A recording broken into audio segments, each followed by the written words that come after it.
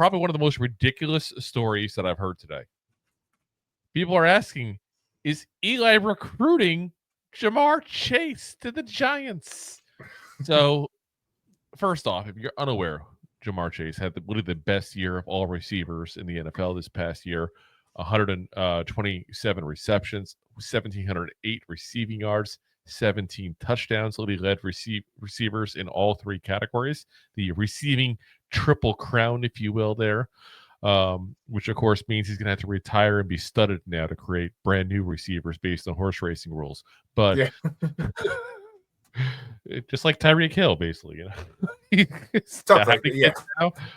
But anyway, on Friday he said to ESPN's Laura Rutledge, "At the end of the day, I just hope I get what's fair. Hopefully, I don't put too much pressure on anybody, but I just want it to be fair. That's all. Fair is what I deserve. I can't really say anything I want to say. If it's what I deserve, it's what I've worked for, how hard I worked for. It's a written story already. It should be fair change." So obviously he's not too happy about his contract he's got now with the Giants. I said with the Bengals. Thinks he should be the highest paid basic receiver in all of football based on the way he's talking. He didn't say it that way point blank, but that's the kind of the gist of what you can say is a reasonable assumption based on the wording he used there. After the Pro Bowl on Sunday, Chase tweeted out, is it still tweeting or is it Xing out now? What do you call it? I guess I just always call it X going to give it to you. I don't even know what the verbiage is now. But anyway, he tagged Eli, said, Eli Manning, don't forget our little convo, ... I'll be waiting, with a laughing face emoji afterwards. This has led people to believe that he and Eli were talking about him potentially going to the Giants, especially on the heels of Jordan Rodnon's report last week that the Giants plan to pursue a quote-unquote significant weapon this offseason. Guys, you guys are reading way too much of the tea leaves here. This is what you think's going on with this. Yeah. I've seen social media lighting up with this whole thing. I've seen people quoting this as, oh, look, he's Eli's recruit. No. If Eli was recruiting Chase to the Giants, hypothetically, which I don't think he is, but hypothetically, if he was, do you really think that this is how it would come out in Twitter like that, or X, whatever the hell you want to call it now? No, that would never come out that way. Eli would be pissed about that. It's not the Eli way. Now, laughing face.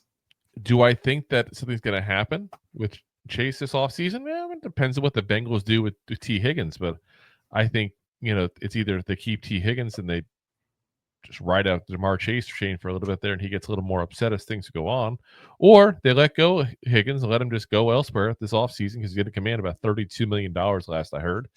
And they say, you know what? Let's give Chase an extension. Let's make him higher paid, keep him happy, since that's who we're banking on now.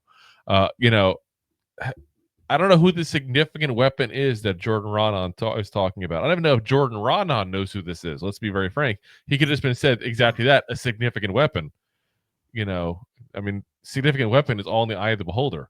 Now, would Chase be a significant weapon? Of course. Is Chase probably available? No. And when you talk about significant weapon, yes, receivers is right there, but who's going to throw the ball to him? Well, you wouldn't call a quarterback a weapon, though.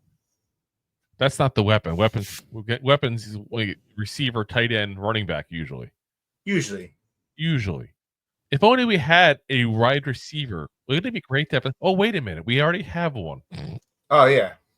We also got a touchdown yesterday, but we won't talk about that quite yet. I'll talk about the Pro Bowl. I'm not talking about practice here.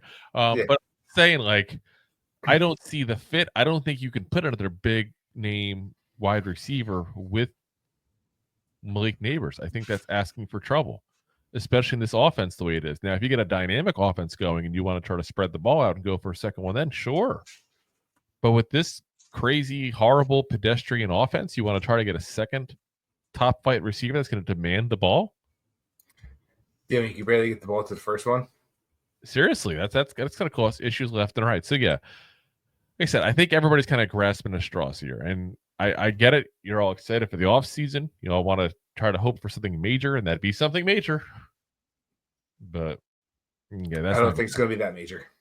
Not going to happen. No, not at all. So, if you like that clip, then you will love the full episodes too. Find us on your favorite podcast app and look for us on all your favorite social media platforms. Thanks so much. Please, I'm begging you. Please